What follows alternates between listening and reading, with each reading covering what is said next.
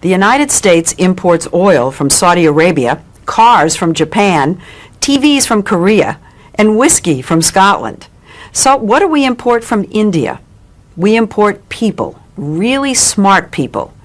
October 3rd, 1965. US President Lyndon Johnson signed the Hart-Celler Act into law. The Hart-Celler Act, also known as the Immigration and Nationality Act of 1965, relaxed the immigration policies of the United States and removed de facto discrimination against Asians, Southern and Eastern Europeans, and other non-Western European ethnic groups. This, along with the fact that Indians were familiar with the English language, largely due to being colonized by the British, resulted into large-scale immigration of smart Indians into the US, and this is known as the Great Indian Brain Drain. An estimated 75% of current first-generation Indian Americans have immigrated to the US since the 1990s. Most importantly, Indian Americans are one of the most successful people in the US. Consider this fact: despite making up only 1% of the population, they comprise 8% of the founders of high-tech companies and 1/3 of technology startups in Silicon Valley alone.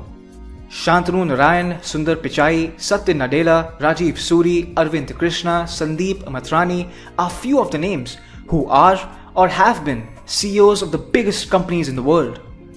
In 2018, the revenue of 7 companies with Indian American CEOs was more than $360 billion, which is greater than the GDP of 34 countries.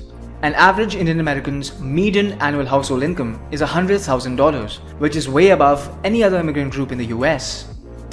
How significant would you say the impact of IIT graduates has been on the American technology revolution? It's far greater than most people realize. Microsoft, Intel, PCs, Sun Microsystems, you name it.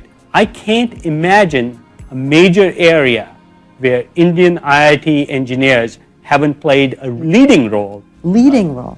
A leading role, and of course the American consumer and the American business in the end is the beneficiary of that. So the big question is this good for India as a country? The answer is simple. While brain drain is rewarding for hardworking and smart individuals, it is not at all good for India as a country. Some people defend brain drain by giving arguments like people who find success abroad send money back home in the form of remittances, which boosts the Indian economy.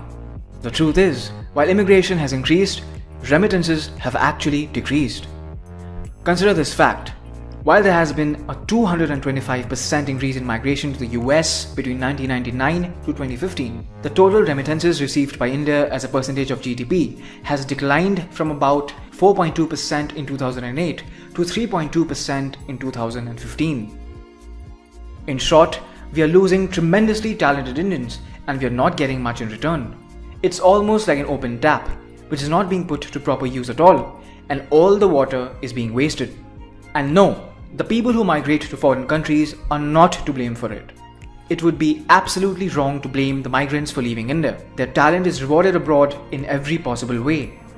Average wages for a person in the US is more than double of his Indian counterpart in the IT sector, more than 3 times in the management sector, and more than 6 times in academia.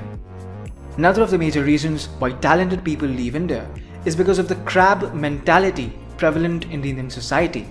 Crabs, when trapped in a bucket, make sure that not a single crab is able to get out of the bucket. While any one crab can easily escape, the other crabs make sure to pull that crab down. As a result, not a single crab is able to escape the bucket, resulting in the permanent demise of the entire group of crabs. Their attitude can be summed up as, if I can't have it, neither can you. This pattern of behavior is very much observable in the Indian society. If a person achieves success, the rest of the people get jealous, breed resentment, try to destroy the self-confidence of the person, and conspire to bring him down. People simply do not want others to progress in India. Forget being hated if you're successful. Even if you happen to be really talented, that alone is enough to be hated in India. So what's the solution to all this? The solution is to create a rewarding environment within India. When someone is talented and is doing better than you, instead of lynching them, people should start supporting them in every possible way. More investment has to be made in developing original thinking, research, and innovation. The culture of startups has to be supported as they're going to help in job creation in the long run. Brain drain is an issue which we got to tackle if we want to see our country progress. We are far away from solving this issue as of now. It's very easy to lose hope and settle for less in our country. We should learn to dream bigger, try and achieve much more in life, and create a healthy and rewarding environment for people who want to achieve. If you liked this video, make sure you share it with as many people as possible, comment whatever you think about it, and subscribe to this channel for more such content ahead.